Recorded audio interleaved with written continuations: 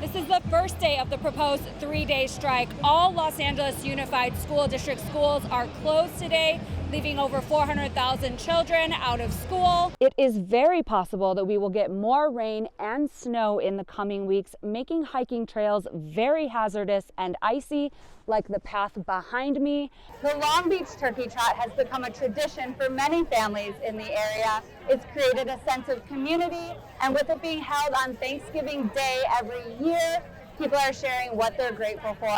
The World Tour Rams tailgate at every Los Angeles Rams home game. The tailgate lot is lot pink here at SoFi Stadium. The Chicago Bears may be in a rebuild, but these Chicago Bears fans are rebuilding as well. Fit Girl Club LA offers cardio and cocktails every Sunday morning here at the Roosevelt Hotel. Reporting from Hollywood, I'm Jenilee Borek.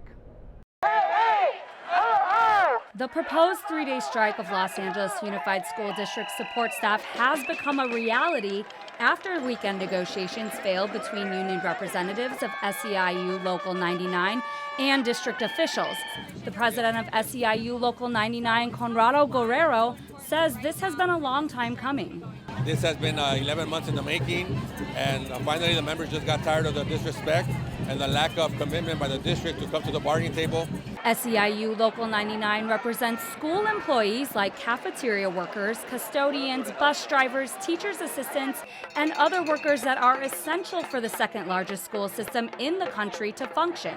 The 30% increase in wages they've asked for hasn't been met, and Guerrero says many members are one paycheck away from being homeless. Right now, the average worker makes about $25,000 a year. Members of United Teachers Los Angeles gathered downtown as well to show support. As a teacher, we feel it's morally right to stand with our fellow support staff. On the other side, LA Schools Superintendent Alberto Carvalho says the strike is unnecessary and will harm students. But Rafael Rodriguez doesn't believe negotiations have been taken serious.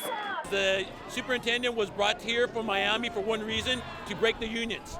All Los Angeles Unified School District schools are closed today, leaving over 400,000 children out of school. There are thousands in attendance, with teachers being here in solidarity. Reporting from downtown Los Angeles for Valley View News, I'm Jenilee Borek.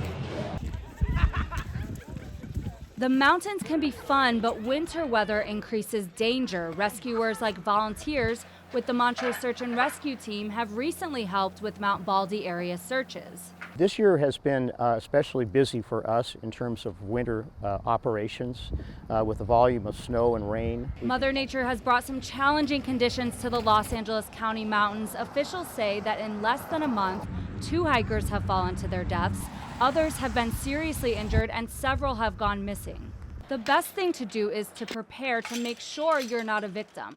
Hiking alone isn't ideal, especially in the winter, but if you do go at it alone, hiker Ryan Flesher says awareness is key. I think know your limits. If you're really familiar with a certain area, and you want to go out on a solo hike, then that's fine. Just make sure that you're not handling it in weather that you're unprepared for. It is very possible that we will get more rain and snow in the coming weeks, making hiking trails very hazardous and icy, like the path behind me. It is recommended to stay off of these trails as these conditions continue. Reporting from Mount Baldy for Valley View News, I'm Jenilee Borek. Every year on Thanksgiving Day, the Long Beach Turkey Trot brings the community together. Justin Rudd, who runs a nonprofit in the area, is the organizer of the event. I started the Long Beach Turkey Trot about 20 years ago here on the beach bike path. And today we had about 2,300 runners and walkers. The trot raises money for his organization. Footballs, ribbons, and pies are handed out depending on the runners' finishing positions. They provide water and snacks for participants, and each year people are asked to bring food to donate, which goes to a different group. This year it went to AIDS Food Store. We're asking for whatever people can give. So whether some people bring a can or two, other people are bringing entire grocery bags. And yeah, it's a good event to get. Some people have been attending since they were young and continue to come out. There were some little kids here 20 years ago, and now they're not so little. They've grown up, they're in college, they're out of college. Sydney Carlson is one of those who've run the turkey trot from a young age and placed first in one of the 5Ks. Having an accomplishment like that and like thinking, hey, like I'm so healthy, like I'm able to run and do this, it's like something I really am grateful for. The Long Beach Turkey Trot has become a tradition for many families in the area. It's created a sense of community, and with it being held on Thanksgiving Day every year, people are sharing what they're grateful for. Reporting from Long Beach, I'm Jenilee Borek. Yeah, and it's a whole range of things, right? It's on a continuum, it's on a spectrum, and I think it's ever evolving. So can I also ask you what your pronouns are? Yeah, so my pronoun is yum because I always say like I want to leave like a good taste in people's mouths. Like that's like the energy that I want to give. So we heard a little bit about what's going on with these transgender athlete bans in different states. Can I ask you, how do you feel your life would be different if you lived in a state that had one of these bans?